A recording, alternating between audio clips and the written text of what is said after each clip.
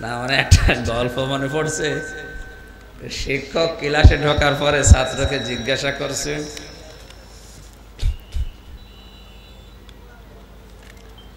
এই ছেলে গোট বানান কর।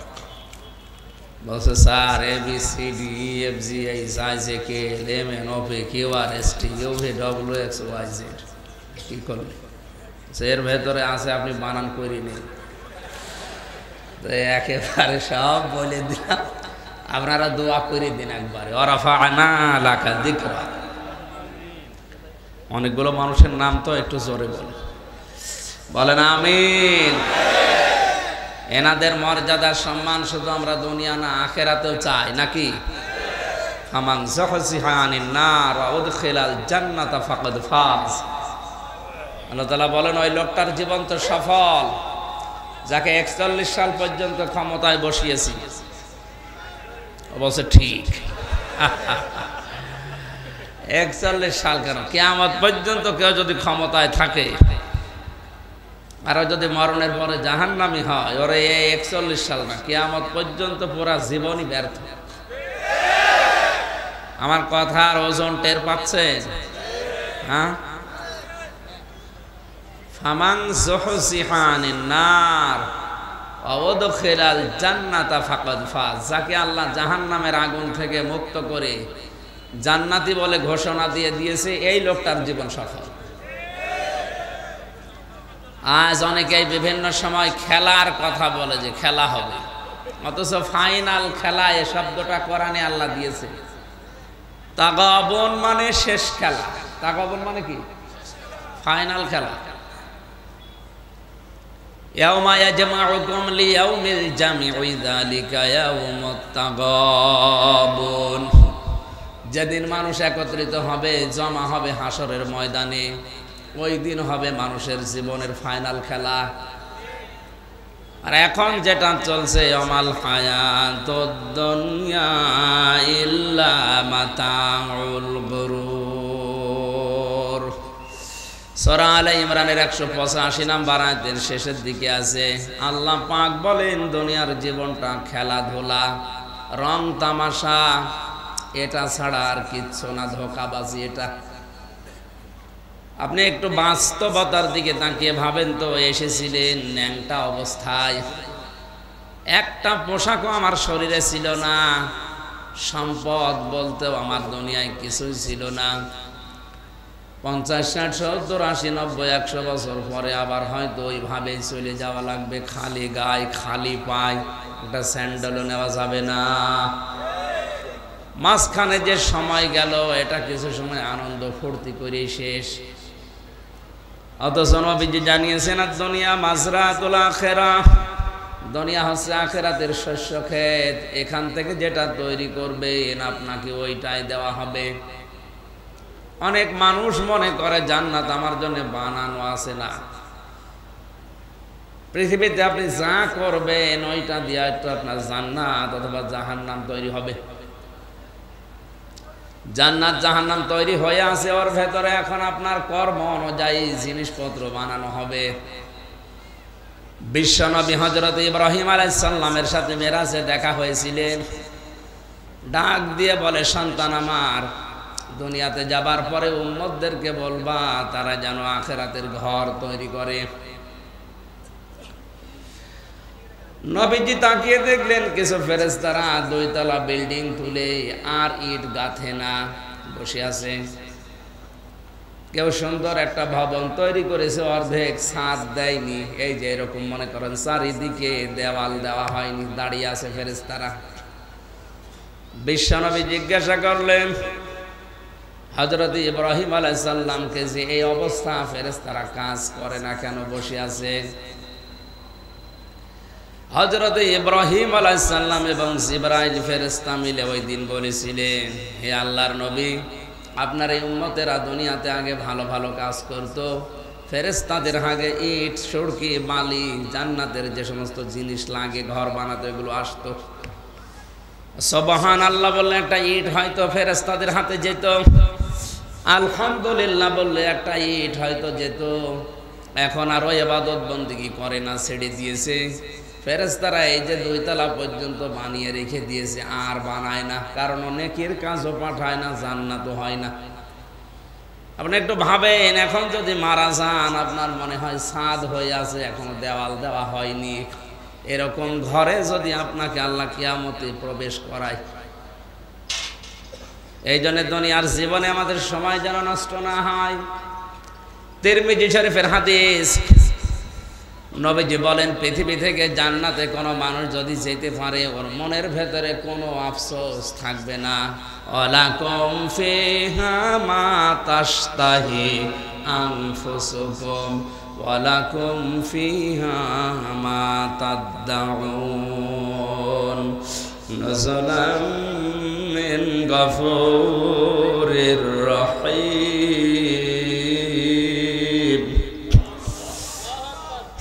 মোবাইল বাজে কার? কি এত গুরুত্বপূর্ণ লোক আপনি?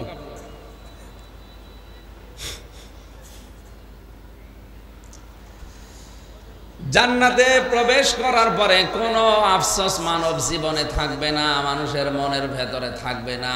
কারণ মানুষের কল্পনার জীবন যেটা, কল্পনার জগৎ যেটা, তার চাইতেও বেশি জান্নাতে আল্লাহ দান করবেন। এখানে একটা শিক্ষা আছে, এদিকে তাকান। মানুষের কল্পনার জগৎ, এটা কি ছোট না বড়? আপনি কি বোঝেন আমার কথা? কল্পনার জগৎ এটা ছোট না বড়? কত বড়? আমি এখন কল্পনা করলাম যে আমি 41 সাল পর্যন্ত ক্ষমতায় আছি, এটা কি অত সহজ? বলেন, কত কাঠ খড়ি নষ্ট করা লাগবে, কত মানুষের অধিকার নষ্ট করা লাগবে, এরপরে তো আপনি সরাসরি বলে দিলেন 1 সেকেন্ডে কল্পনা করে। 41 সাল আসতে এখনো কত দেরি। আপনি অতদিন পর্যন্ত নাও বাঁচতে পারেন, এমনকি জনগণ আপনাকে অতদিন ক্ষমতায় নাও রাখতে পারে। আমাদের এই দেশটার অবস্থা যা এখন, এই দেশে জনগণ যদি রাখতেও চায় অনেকে, ওদিকে রাশিয়া, চীন আর ওদিকে আমেরিকা, ও কিন্তু বসে নেই। আমরা অনেকেই মনে করি, আমরা মনে হয় নিজেরা এগুলো করি না, আমাদের হাতে কিচ্ছু নেই, আমরা গেড়া কলে পড়ে আছি। একদিকে আমেরিকা আর একদিকে রাশিয়া আর চীন, এরা যা মনে করবে তাই, আমরা শুধু পুতুলের মতো। তাহলে আমি কল্পনা করেছিলাম যে ক্ষমতায় থাকবো 41 সাল পর্যন্ত। কতদিন লেগেছে? 1 সেকেন্ড। কত? 1 সেকেন্ডের ভেতরে যে কল্পনার জগৎটা, এটা তৈরি হতে কত সময় লাগার কথা, কত কাঠ খড়ি পোড়ানোর কথা বলেন। আল্লাহ বলেন, জান্নাত আমি যা বানিয়েছি মানুষের কল্পনার অতীত, কোনোদিন মানুষের কল্পনাও হয়নি যে এরকম হতে পারে। বলেন সুবহানাল্লাহ। কথা বোঝাতে পেরেছি মনে? হ্যাঁ, কল্পনার জগতের চাইতেও বেশি আল্লাহ জান্নাতে দিয়ে দেবে। তো এই জান্নাতের ভেতরে মানুষের মনের ভেতরে কোনো আফসোস থাকবে না, তবে একটা আফসোস থাকবে। সব সময় মনের ভেতরে একটা আফসোস মানুষের ঘোরপাক খাবে, আল্লাহ দুনিয়ায় যদি এই সময়টা নষ্ট না করে আরেকটু ভালো কাজে কাটাতাম, অন্তত জান্নাতে বিল্ডিং আরো বেশি পেতাম।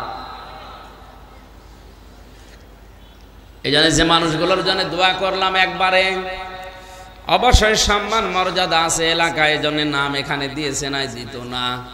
এদের সম্মান আমরা শুধু দুনিয়া না, মরণের পরেও যেন আবহমান কাল টিকে থাকে। বলেন আমিন। মঞ্চে বসা ওলামা ইকরাম, সামনে বসা মুসলমান ভাইরা, পর্দার আড়ালের সম্মানিতা মা এবং বোনেরা, প্রশাসনের ভাইরা, প্রাণ প্রিয় চট্টগ্রামবাসী, দল মত নির্বিশেষে কোরআনের অনুষ্ঠানে যারা ইবাদত মনে করে এসেছেন, বলেন আলহামদুলিল্লাহ। এটা কিন্তু এখন ইবাদত চলছে।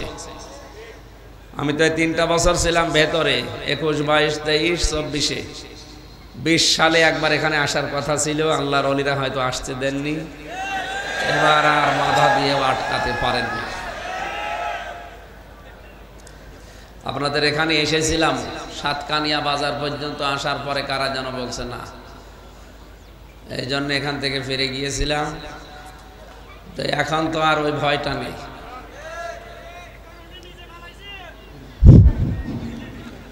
আপনাদের এই এলাকার ভাষা তো আমি বুঝি না, মানে গালি দিলেও অসুবিধা নেই। এক দেশের বলি আর এক দেশের গালি গালি ভাষায় কথা বলে, আমাদের এলাকায় এসব কথা শুনলে মনে করো গালি দিচ্ছে।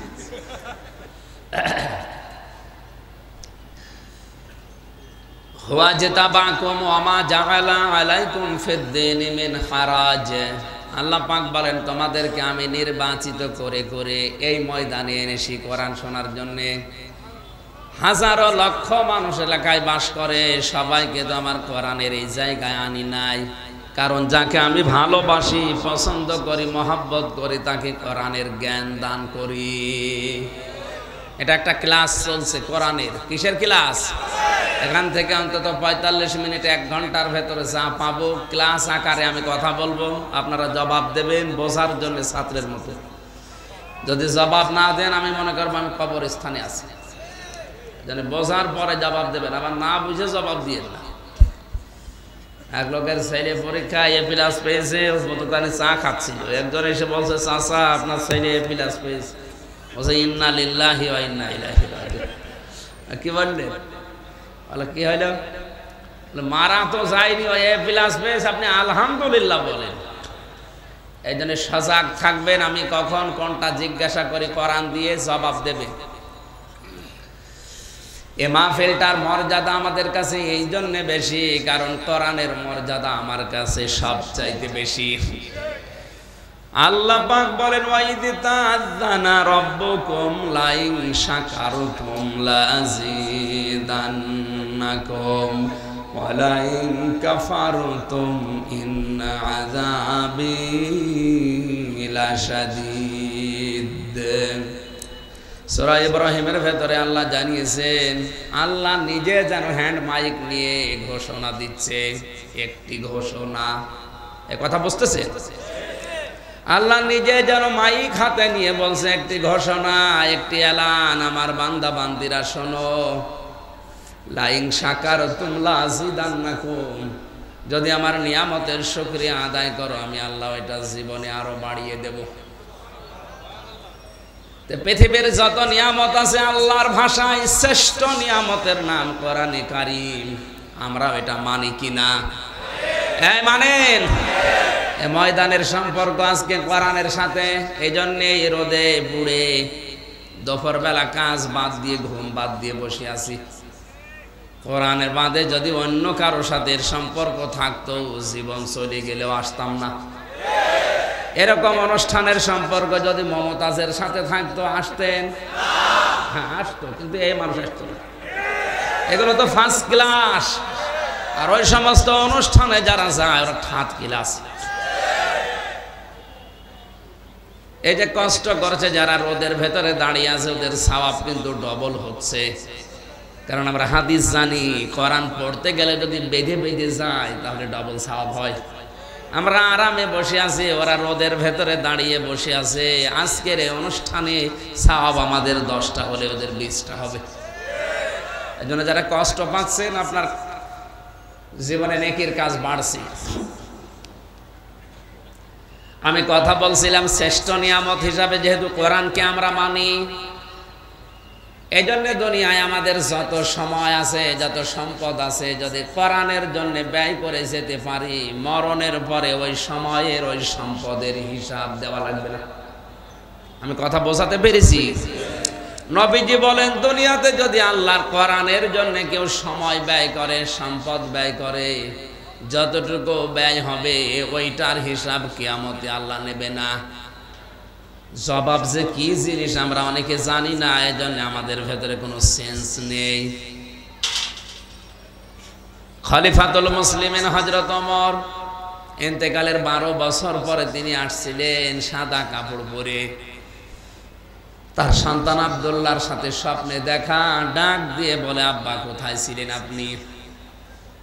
কতদিন আপনাকে দেখি নাই। হযরত আব্দুল্লাহ বলেন, বাবা কোথা থেকে আসলেন? এত সুন্দর কাপড় পরে, চুল এখনো ভেজা আপনার। হযরত ওমর বলেছিলেন, আব্দুল্লাহ আজ 12টা বছর দুনিয়ার জীবন ছেড়েছি, মহান আল্লাহর দরবারে আমার জীবনের কৃতকর্মের হিসাব দিচ্ছিলাম। শেষ পর্যন্ত মহান আল্লাহ আমাকে মাফ করে দিয়েছে। আমি এখন জান্নাতের নহর থেকে গোসল করে জান্নাতের দিকে যাচ্ছি এই সাদা পোশাক পরে। ও চিটাগাংবাসী, একটু মেধা খাটান, বুদ্ধি খাটান। যে লোকটা জান্নাতের গ্যারান্টি পেয়েছে জিন্দা অবস্থায়, জীবিত অবস্থায়, নবীজি তার হাতে সার্টিফিকেট দিয়েছেন, ওমর তুমি জান্নাতি। আকাশের যে তারকা দেখতে পান, কেউ যদি গণনা আরম্ভ করে হয়তো একদিন শেষ করে ফেলবে, কিন্তু নবীজি বলেন ওমর যত নেকির কাজ করেছে দুনিয়ায় কেউ গণনা করেও শেষ করতে পারবে না। কোন রাস্তা দিয়ে গেলে শয়তান পর্যন্ত 40 দিনও রাস্তায় যেতে ভয় পেত।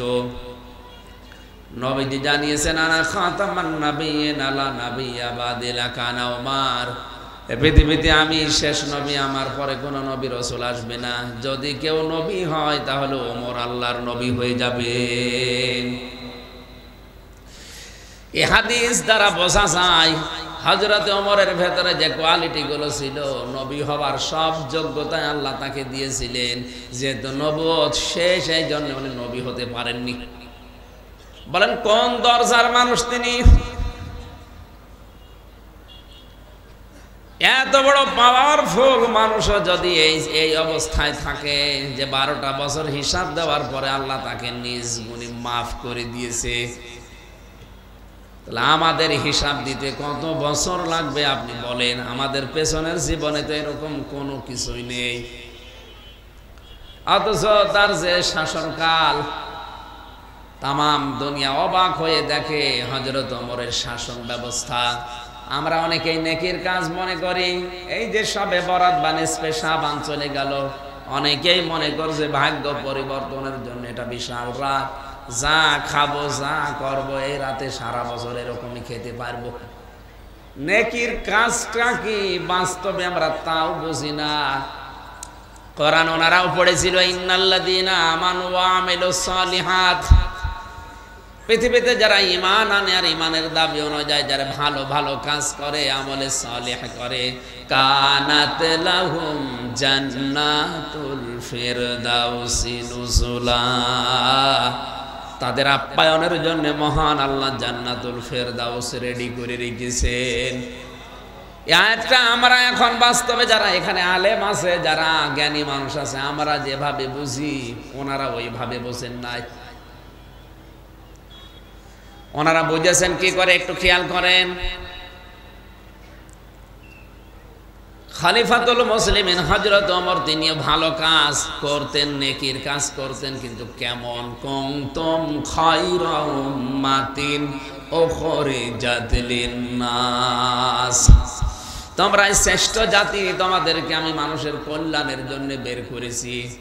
তার মানে তারা ভালো কাজ বলতে বুঝতো এই পৃথিবীর ময়দানে মানুষ হয়ে মানুষের উপকার করা, এটা সবচাইতে ভালো কাজ।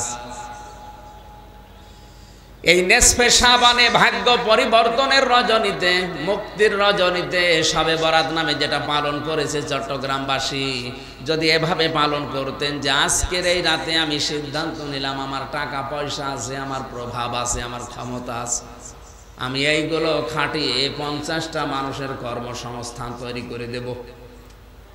কথা বুঝতেছে? কিশোর গ্যাং তৈরি হচ্ছে, রাস্তায় ছিনতাই হয়, ডাকাতি হয়, কেন এগুলো করে? এ মানুষগুলো নিজের সংসার চালাতে পারে না, নিজের মেয়ে একটা জিনিস চাই দিতে পারে না, বাধ্য হয়ে যে মানুষ যাকাত দেয় না, যে মানুষ দান করে না, তার সম্পদের হক আদায় করে না, তাদেরকে ধরে অবৈধভাবে টাকাগুলো কামাই করে। আমি নিজেই যদি এই মানুষগুলোর কর্মসংস্থান তৈরি করে দিতে পারতাম। প্রধানমন্ত্রী শেখ হাসিনা যেটা করেছিল, একটি বাড়ি একটি খামার, এই প্রকল্পের মাধ্যমে লক্ষ লক্ষ মানুষের মাথা গোছার ঠাঁই হয়েছে, একটা কর্মজীবন তৈরি হয়েছে। কথা বলে না কেন? কাজটা তো ভালো, আমারই কাটিং হয়েছে সেটা আমরাও জানি। যদি 1 কোটি টাকা বাজেট হয়, সেখানে 50 লাখ টাকা উপর থেকে নিচ পর্যন্ত আসতে ফেরেশতারা খেয়ে ফেলে। এমনকি বঙ্গবন্ধুর জীবনী আমি জেলখানায় বসে বসে পড়ছিলাম, ওখানে তো ওনার জীবনী বেশি পাওয়া যায়। ধানমন্ডির 32 নম্বরে গোপালগঞ্জ থেকে এক লোক গেছে কিছু শাকসবজি নিয়ে, কিছু আলু পটল এগুলো নিয়ে, যে বলছে দারোয়ান আমি নেতার সাথে দেখা করব। বলে না, এখানে দেখা করা যাবে না। বলে আমি ওনার গ্রাম থেকে এসেছি, আমার নিজের হাতে তৈরি করায় ফলাদি ফসলাদি আমি নিজে ওনাকে খাওয়াবো। বলেন ওনার গ্রাম থেকে এসেছে এই নামের একটা লোক। দারোয়ান উপরে খবর দিয়েছে, উনি বলছে ঠিক আছে আসতে বলেন। ওনাকে আসার পরে কথাবার্তারা বলে বিদায় করে দিয়েছে। বিদায় করার পরে যখন চিন্তা করছে কই আমি যে ওনারে নিজের হাতে খাওয়াবো বলে নিয়ে আসলাম, এটা তো হলো না। দারোয়ানকে বলছে ভাই আমার আর একবার একটু সুযোগ দেন যাওয়ার। উনি এবার গেছে, যখন মুখে খাবার তুলে দিয়েছে খুশি হয়ে বঙ্গবন্ধু আমি এইভাবেই পড়েছি এই জন্য এভাবে বলছি। শেষ পর্যন্ত ওনারে টাকা দিয়েছে। দারোয়ানকে বলছে ওনারে 20টা টাকা দিয়ে দাও। 20 টাকা নেওয়ার পরে নিচে এসেছে, এসে ওই লোকটাকে বলছে ভাই 10 টাকা নেন, বঙ্গবন্ধু আপনাকে দিয়েছে। বলছে না আমি তো টাকা নেওয়ার জন্য আসি না, আমি ওনাকে ভালোবাসি, আমার গ্রামের লোক, এই জন্য টাকা আমি নেব না। চলেন দেখি কেমন টাকা দিয়েছে। ওপরে যে বলছে স্যার আপনি আমার টাকা দিয়েছেন কেন? আমি তো টাকা নেওয়ার জন্য আসি নাই, নেন আপনার টাকা ফেরত নেন। বঙ্গবন্ধু বলে কি বললেন? আমি যে আপনাকে 20 টাকা দিলাম। আপনার দারোয়ান তোমার 10 টাকা দিয়েছে। অনেক আফসোস করে ওই দিন বলেছিল আল্লাহ যেই দেশে 2 তলা থেকে নিচ তলায় নামতে 20 টাকা 10 টাকা হয়ে যায়, এ দেশে আমি ডিজিটাল বানাবো কি করে? এদেশে আমি সোনার বাংলা বানাবো কি করে? বাইরে থেকে জানি আসিছে চিন্তা ভিক্ষা করে চোরের দল সব সিটি খেয়ে ফেলে। প্রকল্প যেটা বানিয়েছেন প্রধানমন্ত্রীর দোষ নেই, উনি তো ভালো উদ্দেশ্যে বানিয়েছিলেন, কিন্তু দোষ তাদের যারা এই জায়গায় মারিং কাটিং করেছে। না করলে আরো ভালোভাবে প্রকল্পটা চালু হতো, বহু টাকা বাজেট হয়েছে। এমন এমন জায়গায় প্রকল্প দেখেছি উদ্বোধনের আগেই ভেঙে পড়ে গেছে, রড দেওয়ার কথা বাঁশ দিয়েছে। কি হবে এটা? হযরত ওমরও বুঝেছিলেন ভালো কাজটা। তাহলে সবে বরাতে আপনার এই সুবহানাল্লাহ পড়েন, আমি নিষেধ করছি না। কোরআন শরীফ তেলাওয়াত করেন, কুনতুম খায়রা উম্মাতিন, নিষেধ করি না, করেন। পাশাপাশি যদি এই শিক্ষাটা নিতে পারতেন যে আমি এলাকায় যারা বেকার আছে তাদের 50 জনের কর্মসংস্থান তৈরি করে দেব, আমার টাকা ব্যাংকে ছাতা পড়ে যায়, টাকা নেওয়ার মতো আমার অন্তত হিসাবের মতো কেউ নেই, আমি জয়িত্র দিয়ে টাকা দিয়ে একটা ওয়ার্কশপ তৈরি করে দিয়ে একটা ফ্যাক্টরি বানাই, 50 থেকে 100 জন মানুষ যদি এলাকারও কাজ করে তাদেরও কর্মসংস্থান হবে, আমার টাকায় টাকা বাড়বে। আল্লাহর কসমে সবে বরাতে নেসফে শাবানে আল্লাহর আরশ আপনার উপরে খুশি হয়ে যেত। এটা যে ইসলাম আমরা অনেকে জানি না, অথচ সারা জীবন এখানে পড়ছে কুনতুম খায়রা উম্মাতিন উখরিজাত লিন-নাস, তাদেরকে আমি বের করেছি উম্মতের কল্যাণের জন্য, জাতির কল্যাণের জন্য। কি কল্যাণ আপনি করছেন বলেন তো? মানুষ হয়ে যদি মানুষের উপকার করা না যায় আল্লাহর দৃষ্টিতে ওটা মানুষ না, ও আর জানোয়ার সমান। হযরত ওমর কোরআন বুঝেছিলেন। গভীর রজনীতে তিনি বের হয়ে গেলেন, এক বাড়ির সামনে দিয়ে যাবার সময় দেখলেন আওয়াজ আসতেছে মেয়ে লোকের কান্নার। চিন্তা করলেন ভেতরে কোনো ধর্ষণ হচ্ছে নাকি। দেখলেন বাড়ির ভেতর থেকে একটা লোক বের হয়, আবার প্রবেশ করে, আবার আসে, আবার যায়। খাপ করে হাত চেপে ধরলেন, এই বেটাকে বারবার বাড়ির ভেতরে প্রবেশ করো আর বের হও, মেয়েদের কান্নার আওয়াজ পাওয়া যাচ্ছে, কি করেছো বলো। লোকটা বলে পথিক আপনি কে? আমি তো এই বাড়ির মালিক। হযরত ওমর বলে মালিক তে মেয়েদের কান্নার আওয়াজ আসে ভেতর থেকে কোন কারণে? লোকটা বলে ওটা আমার স্ত্রী, আমি এমন একটা বিপদে আছি বলতেও পারি না, সইতেও পারি না। হযরত ওমর বললেন কি বিপদে আছে বলো দেখি। বলে তোমারে বলে করব কি? আমার স্ত্রী সন্তান সম্ভবা, এ বিষয়ে আমি একেবারে অনভিজ্ঞ, আর আমার বাড়িতে কোনো ধাত্রীও নেই, নার্স নেই। কেউ নেই সেবা করার মতো। এই বিষয়ে আমি জানিও না, আমি কি করবো, কান্না দেখে আমি পাগল হয়ে গেছি। এই জন্যই তো অস্থির হয়ে বারবার যাওয়া আসা করছিলাম। হযরত ওমর বলে, ভাই আপনি দাঁড়ান, দেখি কাউকে পাওয়া যায় কিনা। এক দৌড়ে বাড়িতে গেলেন, স্ত্রীকে ডাক দিয়ে বলে, আব্দুল্লাহর মা, আল্লাহ জান্নাত বিক্রি করছে, যদি কিনতে চাও তাড়াতাড়ি চলো। কিছু তেল নাও, ন্যাকড়া নাও, আগুন ধরানোর মতো কোনো জিনিস নাও, আল্লাহ জান্নাত বিক্রি করে দিচ্ছে, যদি নিতে চাও আমার সাথে তাড়াতাড়ি চলো। তারা জান্নাত মনে করেছিল এই জায়গাগুলোতে, আর আমরা জান্নাত মনে করছি মসজিদের টাইলস লাগিয়ে দিতে। একটা মসজিদ বানিয়ে দিলে কয়জন নামাজ পড়ে? নাই 5000। অথচ একটা রাস্তা, একটা ব্রিজ, একটা কালভার্ট বানিয়ে দিলে লক্ষ লক্ষ মানুষ ওই রাস্তা দিয়ে, ওই ব্রিজ দিয়ে হাঁটে। কথা বলেন না কেন? 100টা মসজিদ বানানোর চাইতে একটা রাস্তা মেরামত করা আল্লাহর কাছে অনেক ভালো। অথচ অনেক মানুষ ইসলাম না বুঝে রাস্তার টাকা, ব্রিজের টাকা, কালভার্টের টাকা আত্মসাৎ করে ওইটা দিয়ে মসজিদের টাইলস লাগিয়ে দেয়। বাড়ির ভেতরে প্রবেশ করালেন মেয়েটাকে। কিছুক্ষণ পরে আওয়াজ এলো, খলিফাতুল মুসলিমিন, আপনার বন্ধুকে সুসংবাদ দেন, তার একটা পুত্র সন্তান হয়েছে, ছেলেটাও ভালো আছে, মাও ভালো আছে। হযরত ওমর বলেন, আলহামদুলিল্লাহ। যার ছেলে এসে বলছে ইন্না লিল্লাহ। হযরত ওমর বলে, ভাই আপনার পুত্র সন্তান, আমি আলহামদুলিল্লাহ বললাম খুশি হয়ে, আর আপনি বলছেন ইন্না লিল্লাহ। খুশি হননি? খুশি হয়েছিলাম, কিন্তু আপনি কে? আমি তো এতক্ষণ সাধারণ মানুষ মনে করে উল্টা পাল্টা বলেছি, আর আপনি আমার এত বড় উপকার করলেন। আপনি তো সাধারণ না, দেশের খলিফা, প্রেসিডেন্ট হযরত ওমর। আপনি দয়া করে আমারে মাফ করে দেন।